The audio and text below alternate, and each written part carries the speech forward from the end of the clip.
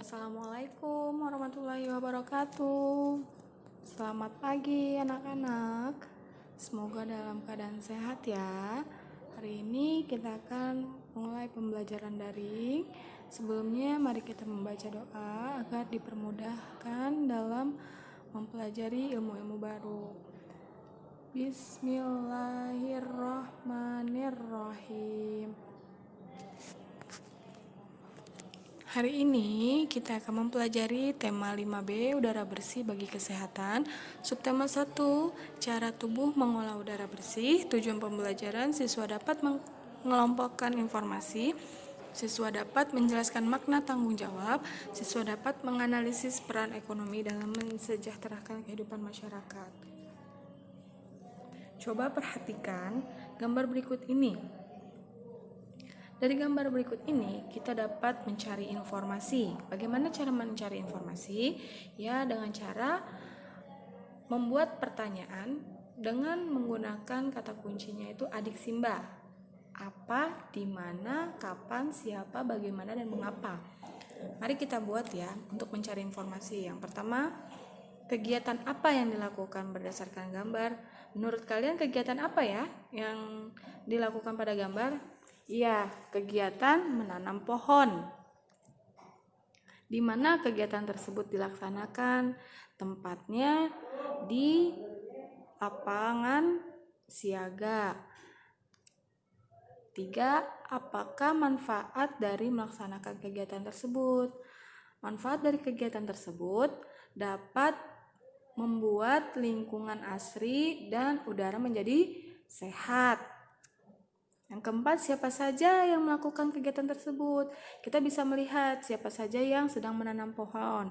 Ada Pak Lurah, ada Ibu RT, dan ada para warganya. Nah, yang kelima, bagaimana kegiatan tersebut berlangsung?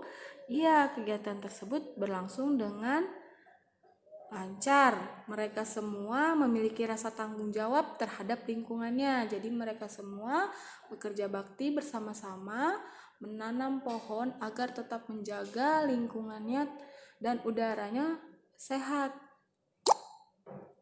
Nah, setiap manusia memiliki tanggung jawab.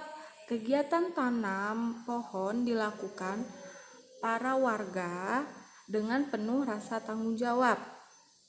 Nah, ada beberapa contoh tanggung jawab yang harus dimiliki manusia. Yang pertama itu ada tanggung jawab sebagai makhluk Allah. Contohnya, rajin beribadah, berbuat baik terhadap sesama, selalu bersyukur dan menghargai orang lain yang sedang beribadah. Terus yang kedua itu ada tanggung jawab sebagai anak. Tanggung jawab sebagai anak ini contohnya berbakti kepada orang tua, belajar dengan sungguh-sungguh, merapihkan tempat tidur, menjaga nama baik keluarga, serta bertutur kata dengan lembut dan sopan. Yang ketiga, tanggung jawab sebagai siswa. Contohnya, memakai seragam, datang tepat waktu, mengumpulkan tugas, melaksanakan piket, dan jujur saat mengerjakan ujian.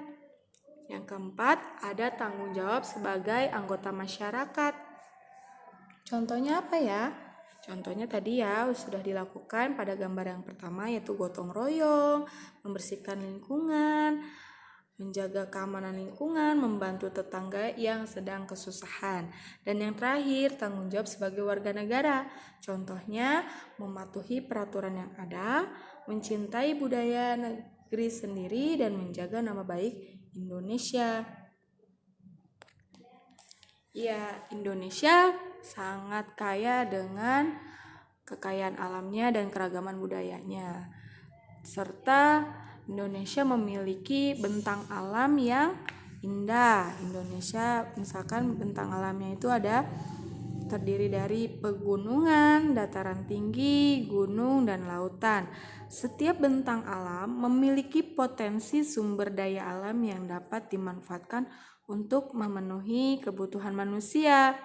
Nah, berikut kegiatan-kegiatan ekonomi berdasarkan bentang alam yang ada. Yang pertama, pertanian dan peternakan.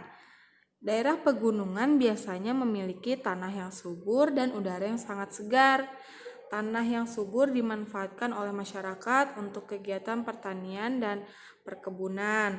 Oleh karena itu, sebagian masyarakat di daerah pegunungan berprofesi sebagai petani. Nah, contohnya ada petani sayuran, petani padi, buah-buahan, dan masih banyak lain. Selain petani, masyarakat juga beternak hewan seperti sapi, kambing, ayam, dan burung. Yang kedua, kegiatan ekonominya yaitu pertambangan. Di Indonesia juga banyak terdapat kegiatan pertambangan. Kegiatan pertambangan merupakan kegiatan menggali dan memanfaatkan hasil logam dan non-logam yang terkandung di bumi seperti emas, perak, batu bara, minyak bumi, dan masih banyak lagi lainnya. Yang ketiga yaitu kegiatan ekonomi di bidang kehutanan. Hutan di Indonesia sangat banyak ya. Hutan memiliki banyak manfaat bagi manusia. Masyarakat yang tinggal di sekitar hutan memanfaatkan kayu dari hutan untuk membangun rumah, membuat kayu bakar, dan membuat industri peralatan rumah tangga. Pasti kalian punya ya salah satu alat rumah tangga atau benda-benda yang ada di rumah yang bahannya dari kayu, misalkan lemari, meja, kursi, dan sebagainya. Yang keempat, ada kegiatan perindustrian. Kegiatan ini mengolah bahan mentah menjadi bahan setengah jadi atau barang siap pakai. Kegiatan industri banyak terdapat di dataran rendah. Jenis-jenis industri yang bermunculan diantaranya adalah industri kecil, sedang, besar. Selanjutnya, perikanan. Kegiatan perikanan di Indonesia umumnya dilakukan di perairan asin, perairan payau, dan perairan tawar. Perairan asin terdiri atas lautan. Kalau perairan payau berupa tambak di daerah pesisir yang perairannya merupakan campuran air asin dan air tawar. Jika perairan air tawar terdiri atas sungai, waduk, empang, danau, dan rawa. Banyak sumber daya alam perairan yang memanfaatkan sebagai kegiatan ekonomi masyarakat. Contohnya perikanan air asin. Contohnya itu ikan tuna, ikan tongkol, rumput laut, dan garam. Contoh perikanan air tawar, ada ikan emas, ikan bandeng, ikan lele, gurame, dan masih banyak lagi lainnya. Dan yang terakhir itu contoh perikanan air payau. Contohnya ikan kerapu, ikan patin, ikan kakap. Yang terakhir itu kegiatan perdagangan. Selain perindustrian, kegiatan ekonomi yang berkembang di dataran rendah adalah perdagangan. Perdagangan Indonesia tidak hanya mencakup wilayah Indonesia saja, tetapi mencakup seluruh dunia. Kegiatan perdagangan antar negara disebut kegiatan ekspor dan impor. Ya, alhamdulillah materi Ibu telah selesai. Semoga kalian mudah mengerti apa yang Ibu sampaikan. Tugas mandiri hari Kamis tanggal 5 Agustus 2020 mengerjakan tematik halaman 18 sampai 19. Semoga bermanfaat. Terima kasih. Wassalamualaikum warahmatullahi wabarakatuh.